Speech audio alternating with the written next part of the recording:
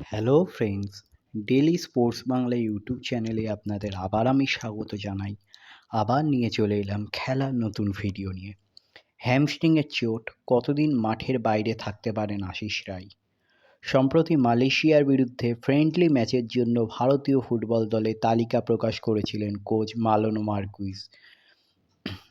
এতে দেশের শীর্ষ ফুটবলারদের মধ্যে মোহনবাগান সুপার জায়ান্টের অন্যতম তারকা ডিফেন্ডার আশিস রায়ের নামও ছিল।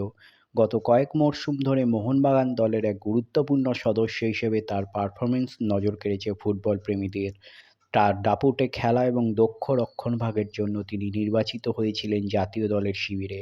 তবে তার অভাব মোহনবাগান ও জাতীয় দলের জন্য একটা বড় ধাক্কা হয়ে দাঁড়িয়েছে, কারণ আশিস রায় চোটের কবলে পড়েছেন এবং মাঠের বাইরে থাকতে পারেন কিছুদিন।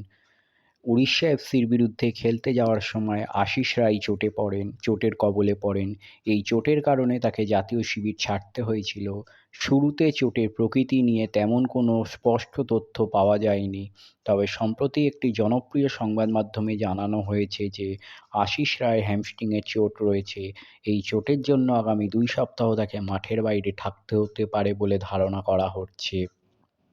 হ্যামস্ট্রিংয়ের চোটের কারণে মাঠের বাইরে থাকলে একটি দলের রক্ষণভাগে বড় ধরনের প্রভাব পড়ে।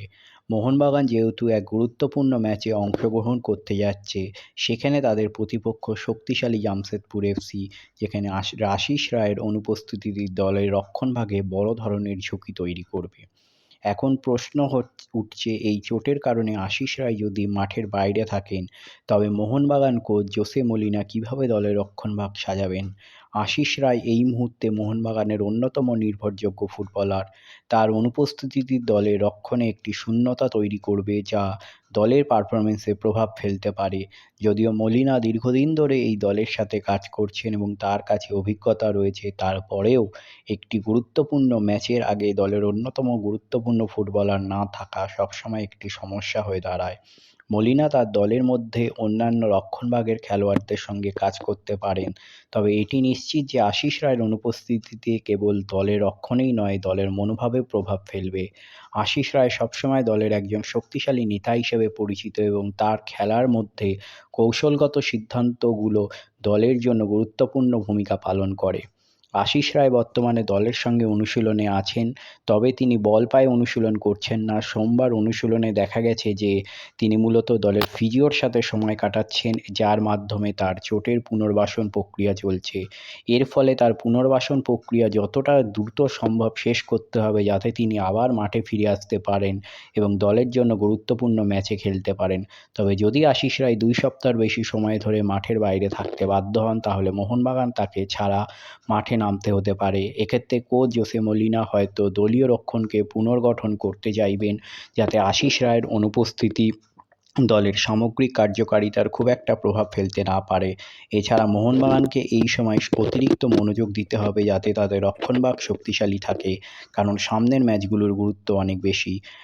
আশিস রায় মোহনবাগানের জন্য অত্যন্ত গুরুত্বপূর্ণ একজন ফুটবলার। তিনি শুধুমাত্র রক্ষণভাগে তার শক্তিশালী খেলা দিয়ে দলের অবদান রাখেন না, বরং মাঝেমধ্যে আক্রমণেও অংশ নেন, যা দলকে আক্রমণাত্মক খেলায় সাহায্য করে।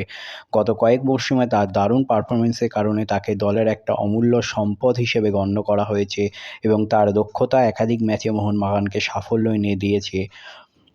এছাড়া আশিস রায় আইএসএল এবং ডুরান্ড কাপের বড় টুর্নামেন্টে গুরুত্বপূর্ণ ভূমিকা পালন করেন, যার ফলে তিনি অনেক ভক্তের কাছে বিশেষ স্থান দখল করে নিয়েছেন। তবে এই চোট তার খেলা জীবনের জন্য একটি বড় চ্যালেঞ্জ হতে পারে, যা তাকে তার সেরা ফর্মে ফিরে আসার জন্য অনেক সময় নিতে পারে। মোহনবাগান সুপার জায়ান্টের তারকা ডিফেন্ডার আশিস রায় হ্যামস্ট্রিংয়ে চোটে পড়ে মাঠের বাইরে থাকবেন, এমন খবর দলের জন্য বড় ধাক্কা। তবে তার দ্রুত সুস্থতা এবং মাঠে ফিরে আসা দলের জন্য অত্যন্ত গুরুত্বপূর্ণ। মোহনবাগান কোচ হোসে মলিনা অবশ্যই চাইবেন যে তার দল শক্তিশালীভাবে প্রস্তুত থাকতে এবং যাতে তার পরবর্তী ম্যাচে সফল হতে পারে। আশিস রায় মাঠে ফিরে এসে আবার তার পুরনো ছন্দে ফিরে আসবেন, এমন এমন প্রত্যাশা সকলের। তাহলে এই হলো আজকে আমার ভিডিও। তাহলে আবার বলছি, আমার চ্যানেল যদি আপনাদের ভালো লেগে থাকে, অবশ্যই আমার চ্যানেলটিকে আপনারা সাবস্ক্রাইব করে নিন এবং পাশে রাখা বেল আইকনটিকে ক্লিক করে দিন, যাতে সবার প্রথমে আপনারা আমার ভিডিও দেখতে পান। ধন্যবাদ।